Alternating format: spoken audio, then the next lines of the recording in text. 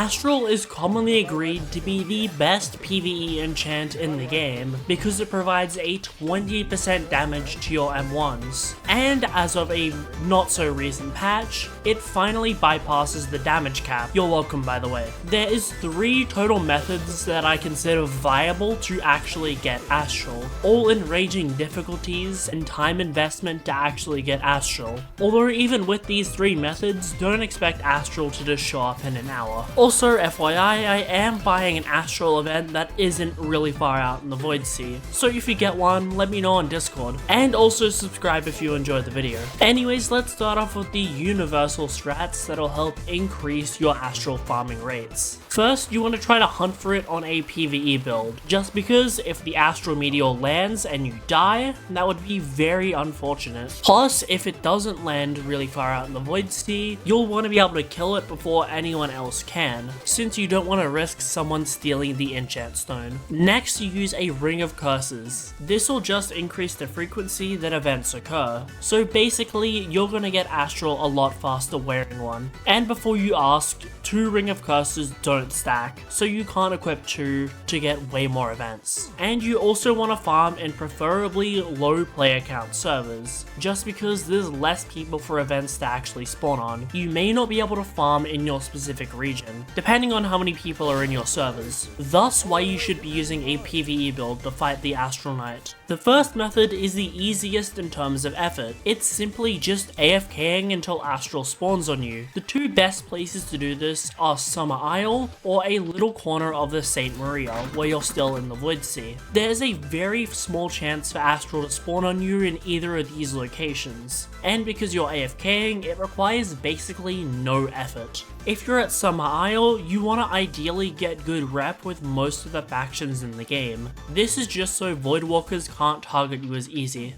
Don't expect this method to be super fast though compared to the others. The main reason you should consider it is because it's incredibly easy. You just want to have your game audio decently high so you can hear when the meteor lands, and you'll be good. However, the next methods can get you Astral a little faster, but require way more effort. Now, if you want to sail out into Void Sea with a boat, this is the best method, as if you get any boat such as a dinghy, then press Shift F3 and Shift 1 until you see this little map of green squares, you go straight out into the Void Sea in one direction, and every so often an event will be forced to spawn. The types of things that can spawn are lionfish, and the ice variant, a brain sucker, Kaido, and finally the Resonance Dawn event, which will get you Astral. If you see a lot of squares light up at once, you should immediately log, or be ready to fight Kaido. Also, if you go too far away from the center of the map on a boat, you will get teleported back, and this will cause some damage to the boat. So I recommend bringing a repair hammer if you're going to do this method,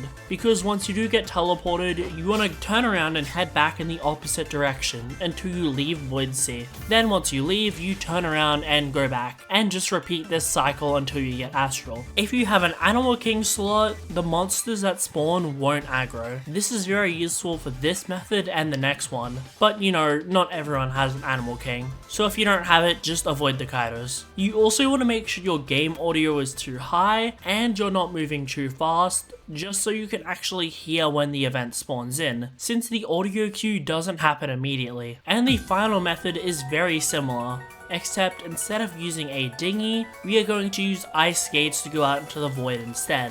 This is a useful method because you don't have to worry about repairing your boat, since I've gone as far out as 70 or even 90k studs from the map center, although the ice from ice skates does seem to bug out after a while. So if this happens, you want to do the same thing that you did with the boat method. Turn around, leave Void Sea, and then go back. You do need somewhat decent ether to get far enough out each time to spawn another monster. 150 or so seems to be fine, although there is currently a bug in the game that can give you 2 times Ice Gate's duration. You simply just have to lose the Maestro and get the Disgraced Floor. As you can see from this clip, the ether from Ice Gates is draining way slower than normal, but if you do want to do this, you need to actually make sure that you can beat Maestro later on, since you don't want to be stuck with reduced health and ether regen. But if you do any of these methods, you should hopefully get Astral in a few days worth of work. Obviously it depends how much time you're putting in and how lucky you are. Now the golem doesn't actually spawn until you get close. So once the meteor lands, you just walk up to it and it should spawn and start attacking you. However, there is occasional bugs that I have seen where the golem doesn't actually spawn, so you just want to try to look around for it in case some NPC or other player aggroed it. However, keep in mind that you're going to have to compete with people if you're doing it in more public servers. So if someone steals your Astral, well, you're wiping them. Okay, but whenever the golem spawns, you need to know how to properly fight it, otherwise you're gonna die, and someone else may steal the Astral enchant, or you're gonna be too far out to journey back. So, to fight the Astral Knight, you wanna ideally use mantras, since they seem to be incredibly resistant to most physical attacks. Stuff like Tornado or Caltrops from Iron Sing tends to be able to posture break them pretty fast.